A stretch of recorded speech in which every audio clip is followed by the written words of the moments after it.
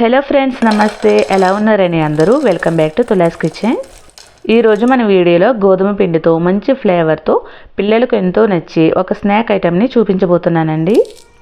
ఇవి చాలా గుల్లగా కరకరలాడుతూ టేస్ట్ చాలా బాగుంటాయండి. అలాగే పిల్లలకు కూడా చాలా బాగా నచ్చుతాయి. దీంట్లో మనం ఎటువంటి మైదా పిండి వాడమండి. గోధుమ పిండితో చేసినప్పటికి కూడా చాలా క్రంచీగా వస్తాయి. వీటిని ఒక్కసారి చేసి పెట్టుకుంటే 15 to 20 డేస్ వరకు ఫ్రెష్గా ఉంటాయండి. అలాగే పిల్లలకి ఈవినింగ్ స్నాక్లు ఇవ్వడానికి చాలా బాగుంటాయి. ఫస్ట్ ఒక మిక్సింగ్ బౌల్ తీసుకొని దాంట్లో 1 కప్పు గోధుమ పిండి వేసుకోండి. ఇప్పుడు దీంట్లో 1 టేబుల్ స్పూన్ బొంబాయి రవ్వ వేసుకోండి. అంటే ఉప్మా రవ్వ అంటాం కదా, అది వేసుకోండి. ఇలా బొంబాయి రవ్వ వేసుకుంటే మనం చేసుకున్న స్నాక్ ఐటెం అనేది చాలా గుల్లగా క్రిస్పీగా వస్తుందండి. ఇప్పుడు 1/2 టీ స్పూన్ వాము తీసుకొని చేత్తో ఒకసారి ఇలా నలుపుకొని వేసుకోండి. మంచి స్మెల్ వస్తుంది. ఇప్పుడు 1 టీ స్పూన్ కసూరి మేతిని ఒకసారి ఇలా కొంచెం నలుపుకొని వేసుకోండి. ఈ స్నాక్ ఐటెంకి కసూరి మేతి ఫ్లేవర్ అనేది చాలా బాగుంటుందండి. ఇప్పుడు దీంట్లో 1/2 టీ స్పూన్ మిరియాల పొడి వేసుకోండి. మీకు కావాలంటే కారం కూడా వాడుకోవచ్చు. అలాగే టేస్ట్ తగ్గట్టు సాల్ట్ వేసుకోండి. మనం తీసుకున్న క్వాంటిటీకి 1/2 టీ స్పూన్ సాల్ట్ అయితే కరెక్ట్గా సరిపోతుంది. మనం వేసుకున్నవన్నీ కూడా ఒకసారి బాగా మిక్స్ అయ్యేటట్టు కలుపుకోండి. ఇప్పుడు ఈ స్నాక్ ఐటెం అనేది ఇంకా గుల్లగా మంచి టేస్టీగా రావడానికి 1 టీ స్పూన్ బటర్ కానీ లేదంటే నెయ్యి కానీ వేసుకొని కలుపుకోండి. నేనైతే 1 టీ స్పూన్ నెయ్యి వేసుకుంటున్నానండి. మీరు బటర్ అయినా వేసుకోవచ్చు, లేదంటే వేడి చేసుకున్న ఆయిల్ అయినా వేసుకోవచ్చు. బట్ ఇలా బటర్ కానీ నెయ్యి కానీ వేసుకుంటే టేస్ట్ అనేది బాగుంటుందండి. మనం వేసుకున్న నెయ్యి మొత్తం పిండికి పట్టేటట్టు కలుపుకోండి. ఇప్పుడు దీంట్లో కొంచెం కొంచెం వాటర్ వేసుకుంటూ పిండిని చపాతీ ముద్దలా కలుపుకోవాలి. పిండిని మరీ సాఫ్ట్గా కాకుండా మరీ గట్టిగా కాకుండా మీడియంగా కలుపుకోండి. మనం చపాతీ చేయడానికి పిండిని ఎలాగైతే కలుపుకుంటామో అంతకన్నా కొంచెం గట్టిగానే కలుపుకోండి.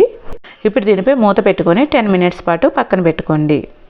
10 మినిట్స్ తర్వాత ఈ పిండిని మరలా ఒకసారి మిక్స్ చేసుకోండి. ఇప్పుడు ఈ పిండిని 2 భాగాలుగా చేసుకొని ఒక్కొక్క భాగాన్ని ఫ్లాట్గా చపాతీలా చేసుకోవాలి. దీనిని చపాతీ పీట మీద కానీ లేదంటే ఫ్లాట్గా ఉండే ఏదైనా టేబుల్ మీద కానీ ఇలా పలుచగా చేసుకోవాలి. చపాతీ పీట కంటే కూడా ఇలా ఏదైనా టేబుల్ మీద కానీ లేదా గ్యాస్ కౌంటర్ టాప్ ఉంటుంది కదండి, దాని మీద కానీ చేసుకుంటే ఒకేసారి పెద్ద చపాతీని చేసుకొని తక్కువ టైంలో ఈజీగా చేసేసుకోవచ్చు. ఇలా ఫ్లాట్గా పలుచగా చేసుకున్నాక నైఫ్తో కానీ లేదంటే ఇలా ఏదైనా ఒక కట్టర్ ఉంటే కనుక దాంతో కానీ కట్ చేసుకోవాలి. ఎడ్జెస్ మనకి సరిగ్గా లేకపోతే వాటిని కట్ చేసుకొని పక్క తీసేసుకోండి.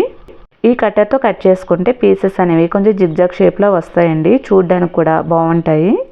మీరు పిజ్జా కట్టర్ ఉంటే దాంతో కానీ లేదంటే నైఫ్తో కూడా ఇలా నిలువుగా కట్ చేసుకోవచ్చు.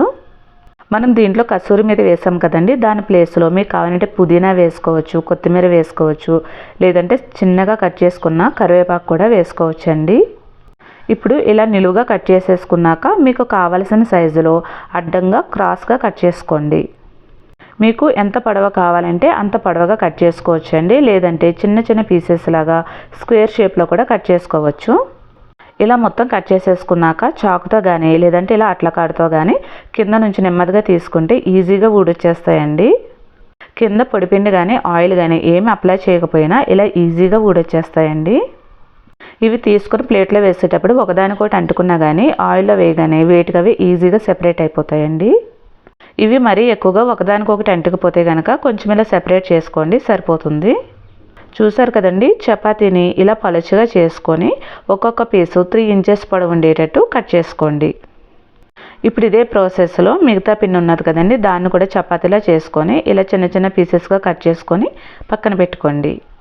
వీటిని ఇలా పొడవుగానే కట్ చేసుకోవచ్చు, లేదంటే డైమండ్ షేప్లో కానీ స్క్వేర్ షేప్లో కానీ కట్ చేసుకోవచ్చు, లేదంటే ఏదైనా చిన్న మూత తీసుకొని రౌండ్ షేప్లో కూడా కట్ చేసుకోవచ్చు అండి.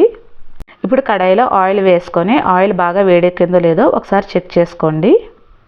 ఆయిల్ బాగా వేడెక్కాక మంటను మీడియం ఫ్లేమ్లో పెట్టుకొని ఇలా మనం ప్రిపేర్ చేసుకున్న వాటిని నెమ్మదిగా వేసుకోండి.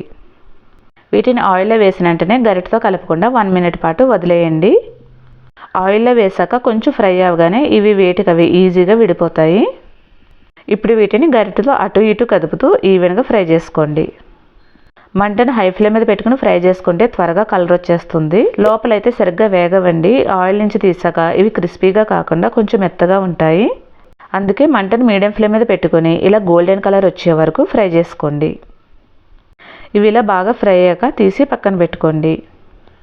వీటిని మరీ ఎక్కువగా ఫ్రై చేసినా కానీ గుల్లతనం తగ్గిపోయి కొంచెం గట్టిగా అయిపోయే ఛాన్స్ ఉంటుందండి. సో చూసుకొని ఫ్రై చేసుకోండి.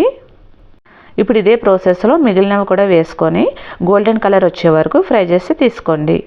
వీటిని స్కూల్ నుంచి వచ్చిన పిల్లలకి ఈవినింగ్ స్నాక్లో ఇవ్వండి, చాలా ఇష్టంగా తింటారు. అలాగే టీ టైం స్నాక్ ఐటెంలో తీసుకున్న చాలా బాగుంటాయి. స్కూల్ నుంచి వచ్చిన పిల్లలకు ఏ రోజుకి ఆ రోజు స్నాక్ ఐటెం చేయాలంటే కుదరకపోవచ్చు. ఇలా గోధుమ పిండితో ఈజీగా హెల్తీగా స్నాక్ ఐటెం చేసి స్టోర్ చేసుకోండి. 15 to 20 డేస్ వరకు ఫ్రెష్గా ఉంటాయి. ఈ సింపుల్ స్నాక్ రెసిపీని మీరు కూడా తప్పకుండా ట్రై చేయండి. ఈ వీడియో నచ్చితే ప్లీజ్ ఒక లైక్ చేసి ఫ్రెండ్స్కి రిలేటివ్స్కి షేర్ చేయండి. ఛానల్ని తప్పకుండా సబ్స్క్రైబ్ చేసుకోండి. Thank you for watching.